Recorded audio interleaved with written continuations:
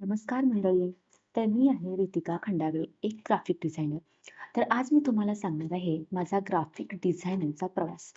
तर मी कशी सुरुवात केली, कोणत्या चुका केल्या, कोणत्या गोष्टी शिकल्या आणि तुम्ही ग्राफिक डिझायनिंग होण्याचा जर विचार करत असाल, तर तुम्ही कुठून सुरुवात करावी? तर हा व्हिडिओ तुम्ही शेवटपर्यंत बघा.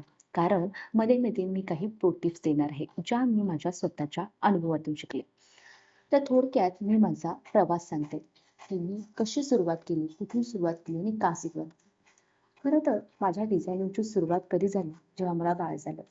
कारण मी आधी जॉब करत होते आणि जॉब करता करता परत मला म्हणजे बाळ झालं. प्रेग्नन्सीमध्ये तरी जॉब सोडायचा विचार आला होता, कारण मला खूप त्रास व्हायचा. पण तसंच मी जॉब केला प्रेग्नन्सीमध्ये. परत जेव्हा बाळ झालं तेव्हा 6 महिने मला लीव्ह मिळाली. पण त्यानंतर परत आणि मला जॉब करावा लागला.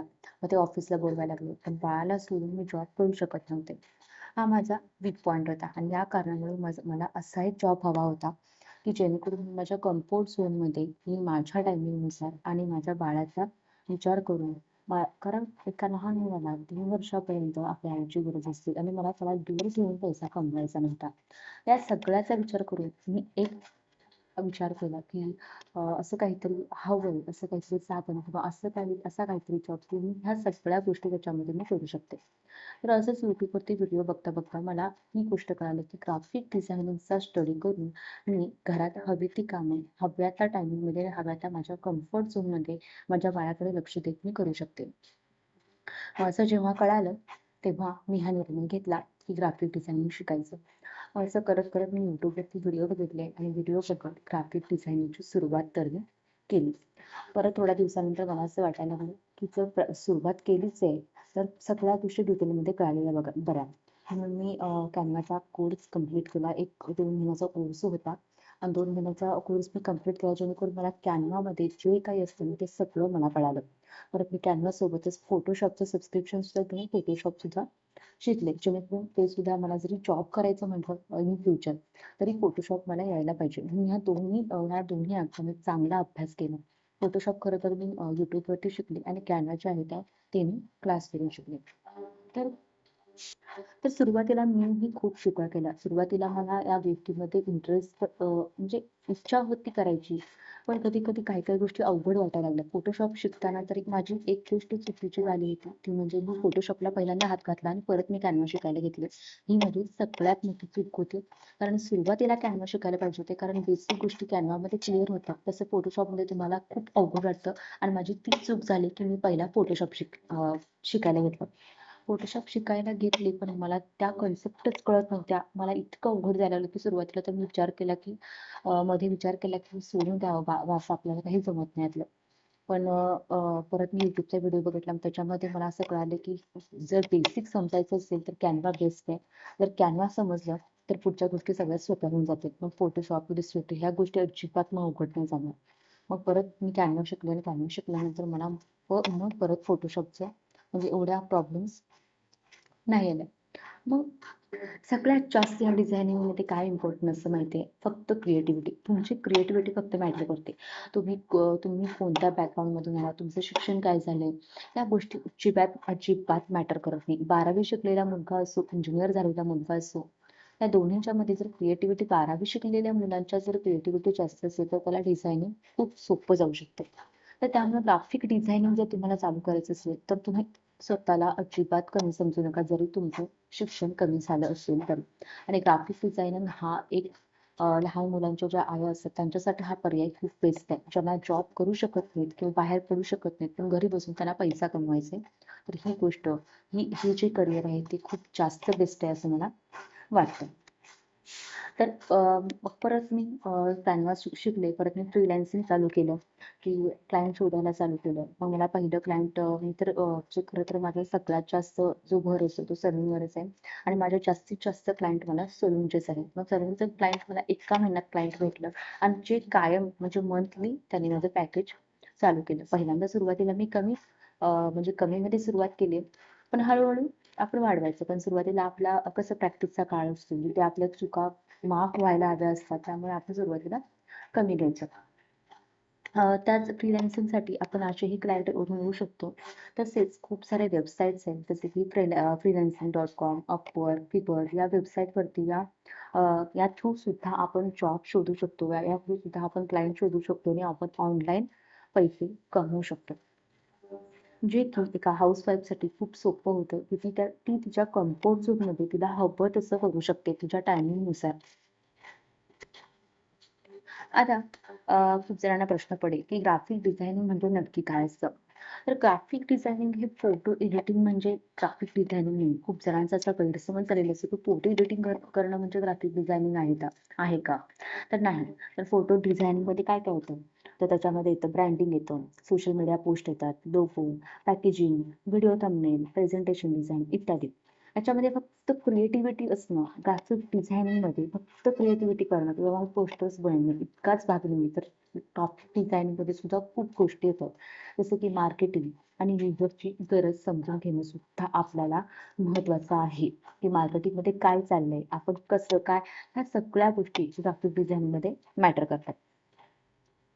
तर जसं की मी तुम्हाला सांगितलं, की बिगिनर्स जर असाल तुम्ही, सुरुवात जर करणार असाल, तर पहिल्यांदा कोणत्या टूल्सपासून सुरुवात कराल? तर ते म्हणजे कॅनव्हा. अगदी सोपं, फ्री आणि बिगिनरसाठी खूप युजर फ्रेंडली आहे.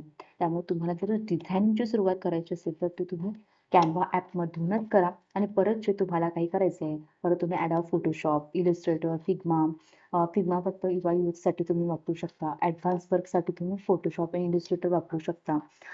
तसेच फ्री रिसोर्सेस सुद्धा काही काही असतात की अनस्प्लॅश, पिक्सेल्स, फ्रीपीक, फॉर्मचॉय इत्यादी खूप आहेत की स्क्रीन रेकॉर्ड किंवा स्क्रीनशॉट आपण दाखवून ते फ्री रिसोर्सेस आपण वापरू शकतो.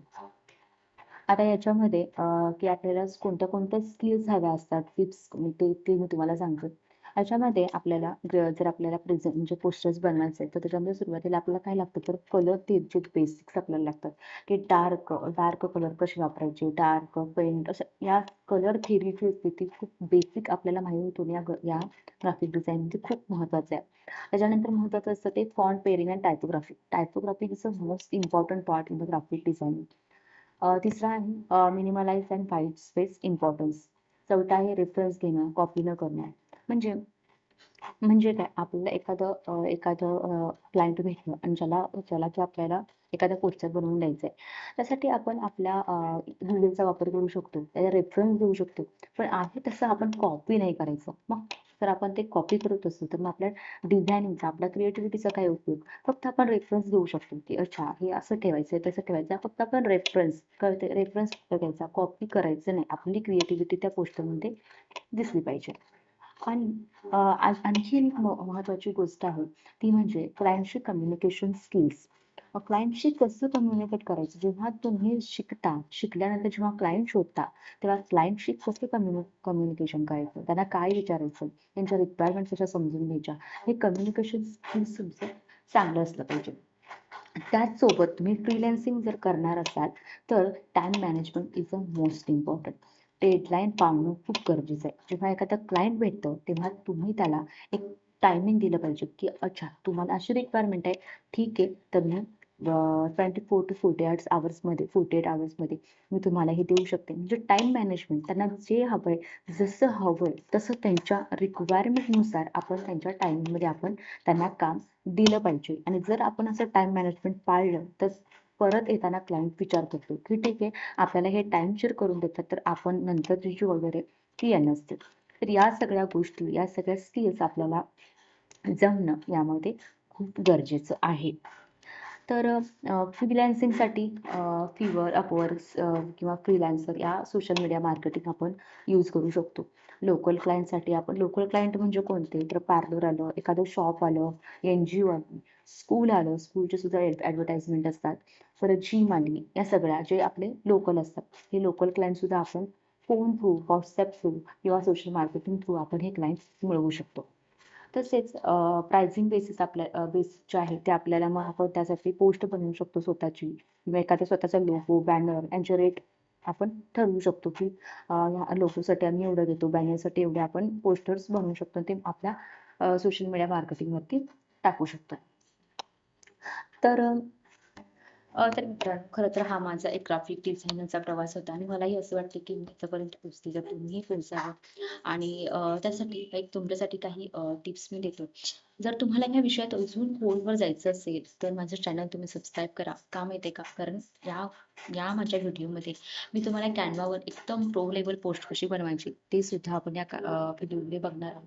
त्यामुळे हा व्हिडिओ आहे, हा फर्स्ट व्हिडिओ आहे माझा YouTubeचा, की जेणेकरून मला माझं बेसिक तुम्हाला सांगायचं की मी हे असं-असं करणार आहे, की या गोष्टी मी तुम्हाला Canva ट्युटोरियल असतील किंवा थंबनेल कसे बनवायचे, ह्या बेसिकच्या गोष्टी आहेत, पोस्टर्स कसे बनवायचे, बेसिक गोष्टी मी तुम्हाला व्हिडिओतून सांगेन.